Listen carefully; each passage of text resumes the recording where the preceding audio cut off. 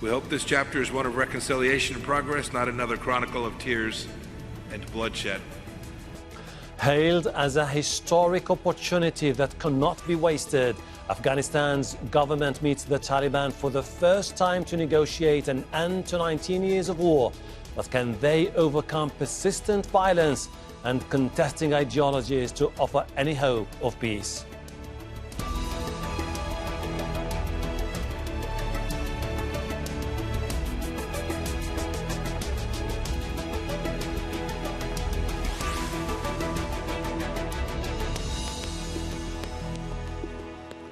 Welcome to the program. I am Hashem Ahelbarra in Doha, where a diplomatic effort to end decades of war in Afghanistan is underway.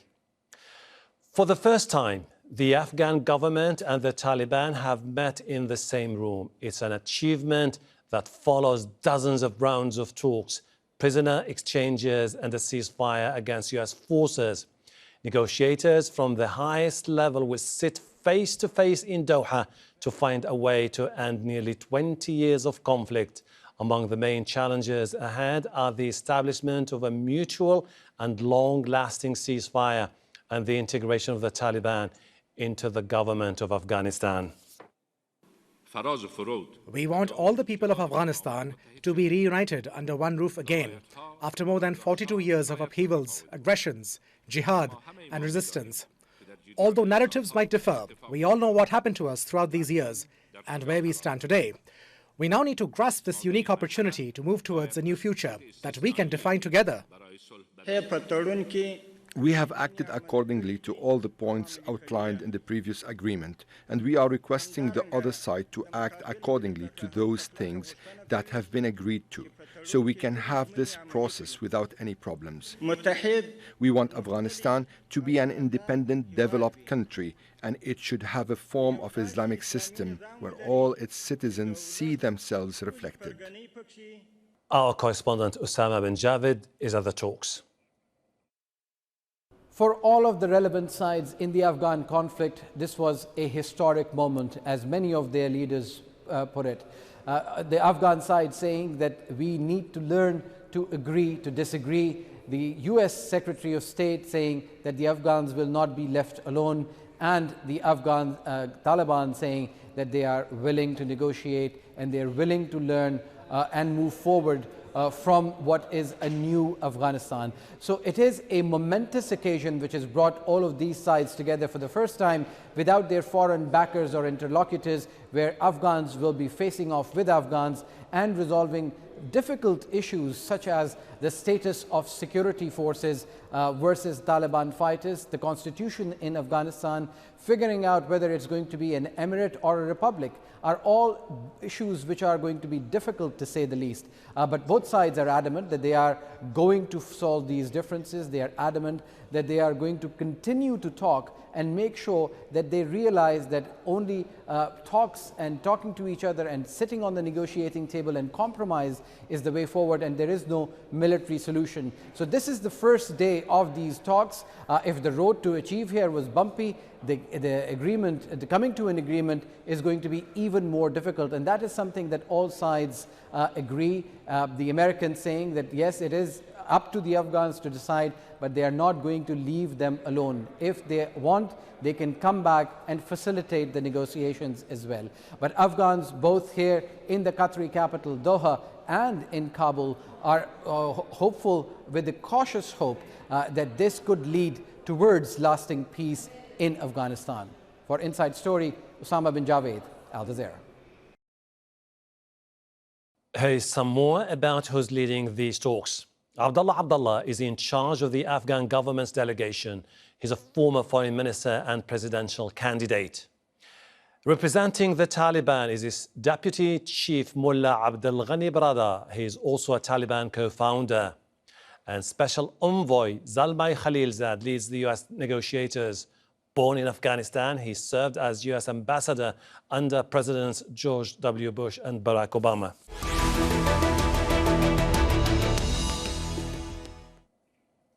Let's bring in our guests from Kabul, Mushtaq Rahim, founding member of the Afghanistan Affairs Unit, a think tank. former member of the High Peace Council. Here in Doha is Sultan Barakat, founding director of the Center for Conflict and Humanitarian Studies. In Washington, D.C. is Omar, former Afghan ambassador to France and Canada, now a senior fellow at the Atlantic Council. Thank you all for joining us. Mushtaq, who would have thought that after all these years, the two arch rivals, the Taliban and the Afghan government, would sit together and negotiate a peace settlement? Isn't this a major development? Absolutely. This is a watershed event. As your reporter also said, it is being termed as an historic event. This is happening for the first time in over 4 decades of conflict in Afghanistan, where the conflict parties are sitting across the table to each other. If you go back into the history, during the late 80s, there was negotiations, Geneva process that was called. Even there, the Afghan parties didn't face each other on the negotiation table. It was among other actors, the facilitating from outset. Here, sitting under one single roof, talking about the issues, talking to the media that is either pro-Taliban or that has been operating from Kabul, and they're talking to them and answering the questions. I think it's a huge forward stride in terms of achieving peace in Afghanistan. But let's not get diluted by this progress. The next step is the absolute difficult one, crucial one, and could decide the fate of this conflict. So yes, there is a lot of hope attached to it. It is termed a significant move forward with a lot of cautious optimism. Sultan, if you remember a few years ago, the Taliban battered on the run. They were determined that they were the only legitimate authority in Afghanistan, saying repeatedly there's absolutely no way they would meet with a puppet government. This is the term that they have been using for many years to describe the political establishment in Kabul. Now, they made a massive concession and they're sitting together with that government. Is that on its own a significant achievement? Of course it is, but if you take it from the point of view of the Taliban, their greater objective, and that is to get the United States to withdraw its troops from Afghanistan, has already been achieved as far as they're concerned. The 29th of February agreement has committed the United States to scale down its troops and ultimately to withdraw. So for them, they see that victory is already there. Now they're moving into a second phase. This second phase, which is also an integral part of their agreement with the United States, is about reaching a common understanding with the rest of the Afghans as to the future of the country. And this is very important, even in order to allow the agreement that they've struck with the United States to be implemented. They can't go any further without making sure that there is a government that is sovereign, acceptable by all, and a government to which the United States will hand over the military bases and on the basis and start a new set of relationship. Before we continue, this is some of what the U.S. Secretary of State Mike Pompeo said before the talks began. Each of you, I hope you will look inside your hearts. Each of you carry a great responsibility. But know that you're not alone. The entire world wants you to succeed and is counting on you succeeding. Omar, what do you think will be the issue which is going to top the agenda between the Taliban and the Afghan government in the coming days and weeks? Well, there are a lot of issues, of course, and both sides are coming to this with their minds set on what the agenda should look like. And it's sort of a roadmap that needs to be figured out by both sides. And they have already established 2 small committees, 5 members each, to look into this issue just in the past hour or 2. And to see how the agenda can be shaped and whether they will agree on the items on the agenda and on prioritizing them or organizing in any way that is possible and agreeable to both sides. Now, the Taliban, we do know, have a lot of issues to talk about. And I think they are very well organized. Looking back at how they dealt with the Americans, there's a lot of experience there. And they would like to see things sequenced in a certain way. Kabul obviously has been focused quite a bit on how to reduce violence, and their preference is to have a permanent ceasefire announced as soon as possible. We do not know if the Taliban are going to agree to that, or they're going to condition that on some other issues that have to be dealt with, including maybe how to deal with the fact that Afghanistan needs a transition. So I think that the next few hours and the next few days are going to be critical in terms of setting the agenda and the path for the negotiations to take place. Mushtaq, we spoke earlier about those who are representing both delegations, ABDULLAH on behalf of the Afghan government and Abdul Ghani BARADAR on behalf of the Taliban. However, there's been some major reshuffle over the past few days about the makeup of the Taliban delegation, with Mawlawi Abdul Hakim Haqqani now a chief negotiator. Is this an indication that the Taliban are sending its toughest people to the talks in Doha to ensure there is absolutely no concession in the near future?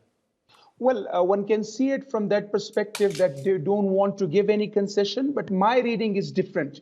I believe some of the Taliban bigwigs were not very much happy with the way things were being taken forward with the Americans. And there was a worry attached to this process that we may see a breakup among the Taliban ranks. In order to avoid that, and in order to make sure that the hardliners have a say in the decision making and remain on the top of the table, they are putting forward so that avoid any sort of a situation where a decision is made on a negotiation table and then that is not backed by certain individuals or certain groups within the Taliban ranks. So they are trying to make sure that those who have more of a hardliner sort of stance, they make the decision so that which will be easier to be implemented with those which are not that strong in their stance as far as anti-government or anti-American rhetoric is concerned. Sultan, it was quite interesting that both Mike Pompeo and Abdullah spoke about the need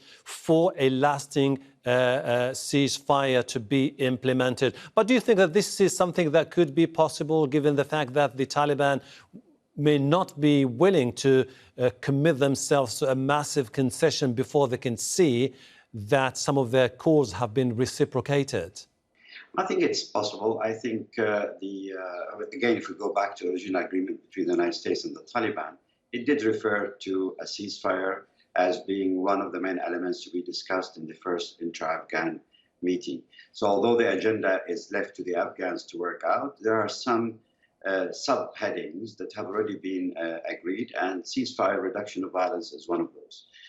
Taliban has been reluctant to enter into long ceasefires over the last 2 years, but they have accepted 3 short ceasefires coinciding with Eid Fitr and then Eid al-Adha, and also they have accepted or introduced a new term of reduction of violence, which has extended for some time.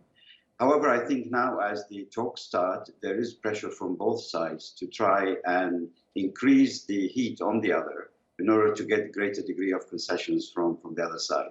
So we are hearing that the Taliban are trying to advance in Panjshir area in the north, and also that some external countries are supporting locals to arm against the Taliban. So all of these issues, I think, will be part of this discussion as we go forward. And I suspect, as Abdullah has called for, ceasefire is really the most important aspect for the majority of the Afghans on the ground. They've now lived 40 years plus in violence. And for these talks to be meaningful, some kind of serious reduction in violence will be required. Omar, from Al-Mullah Omar all the way to Haybatullah Akhundzada, who is the current leader of the Taliban, the central piece of their narrative was basically the Islamic Emirate based on Sharia law. This has been their raison d'etre. Do you think that they will be able to make any concession about this and join talks about incorporating Sharia law with Western principle of democracy to be able to bridge the gap with the government in Kabul? I think that for most Afghans, going back to the 90s, they have this notion of what the emirate stands for, and most are uncomfortable with that. I am not quite sure if the Taliban will stick to a label. They prefer, I think, to work with the system. I think that they will focus on what kind of an Islamic system will or can emerge as part of the talks that take place. Remember that Afghanistan doesn't need anything that is too alien to its people, whether it's the Western concept of a system that doesn't work very well, or whether it's an Islamic or extreme version of an interpretation of a system that also is probably not so welcomed by most Afghans. So what we need to do is create the bigger tent that can accommodate all the different persuasions that exist in this multi-ethnic, multicultural society that Afghanistan is. And we need to make sure that there's a balance between rural and urban, between genders, between the ethnic groups, minorities, and all. So to come to an agreement on that would require very thoughtful deliberation in discussions going forward between people who really know what it is about. It shouldn't be about power struggle. It shouldn't be about control over territories, even though that is an important aspect of what will emerge later on. So how we build a system, I think, is what the Taliban and hopefully the other side, the Islamic State side, which is larger than just the government in Kabul right now, they have to come to terms on that. Okay. Stay with us. I want to look at the US-Taliban agreement signed in February, which paved the way for these talks.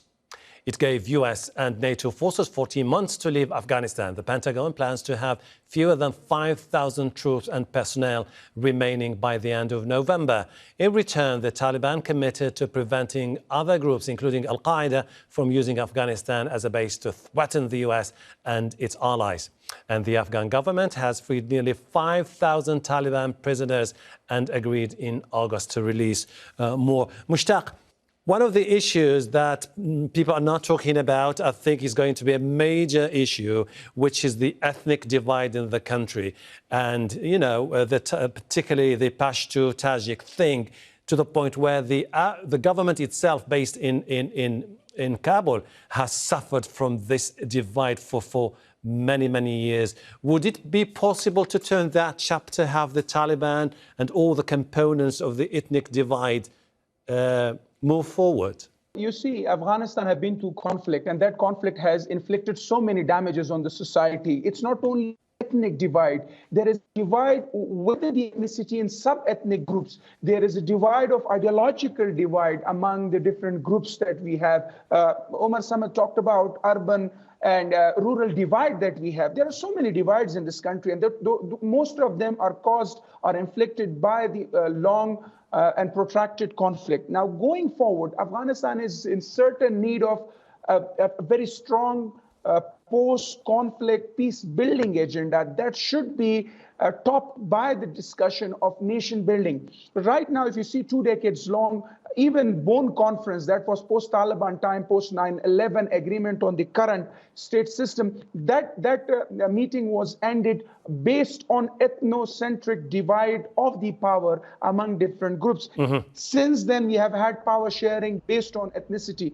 That's going to be a major problem in future as well, Taliban or no Taliban. In any case, Afghanistan is in need of a strong nation-building agenda where ideologies, where vision for future should supersede, should exceed this short-sighted, ethnocentric attitude towards politics and state management.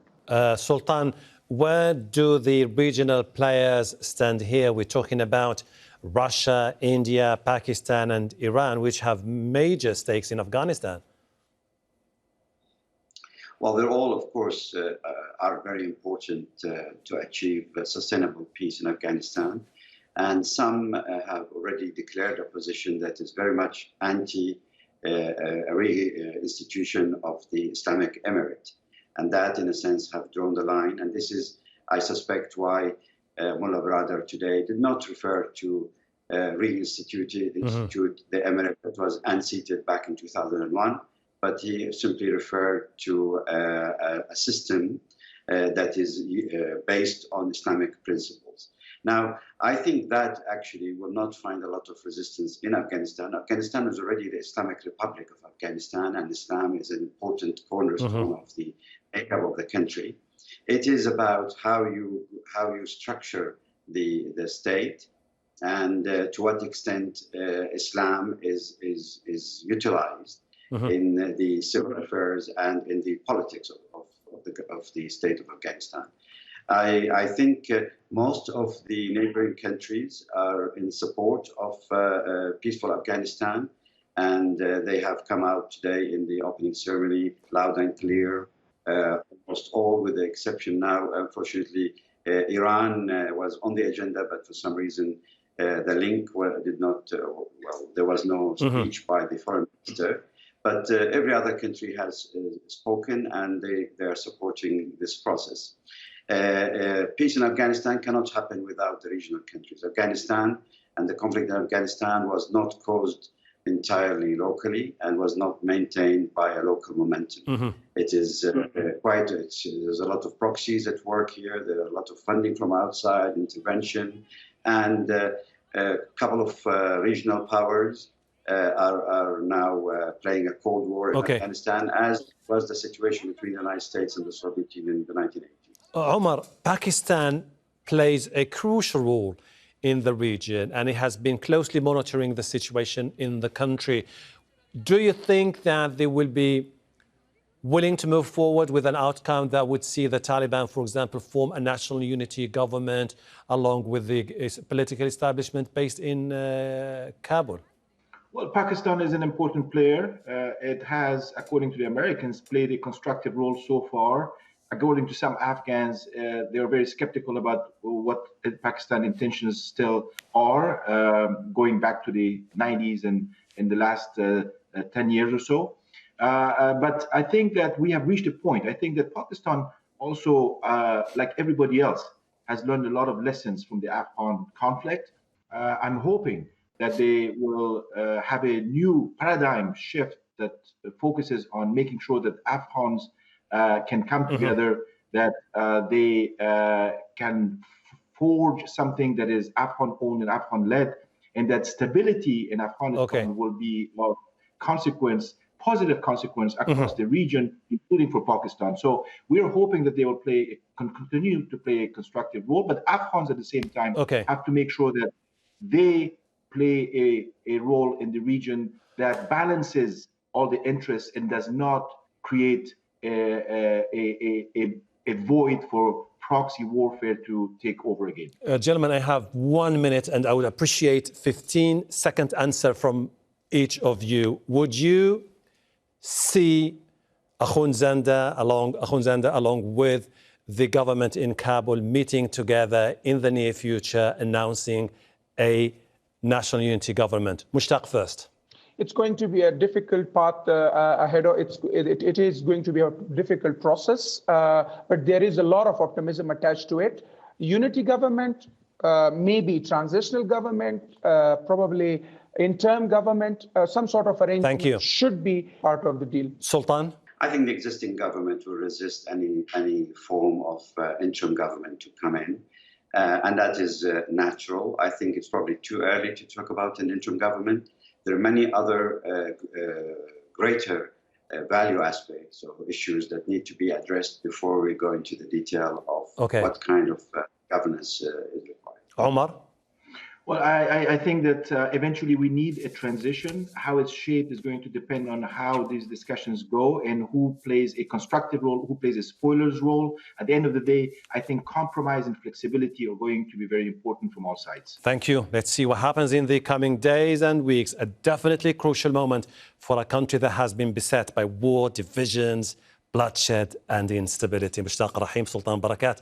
Omar Samad, I really appreciate your contribution and your insight. And thank you too for watching. You can see the program again anytime by visiting our website, aljazeera.com. For further discussion, go to our Facebook page. That's facebook.com/AJ Inside Story.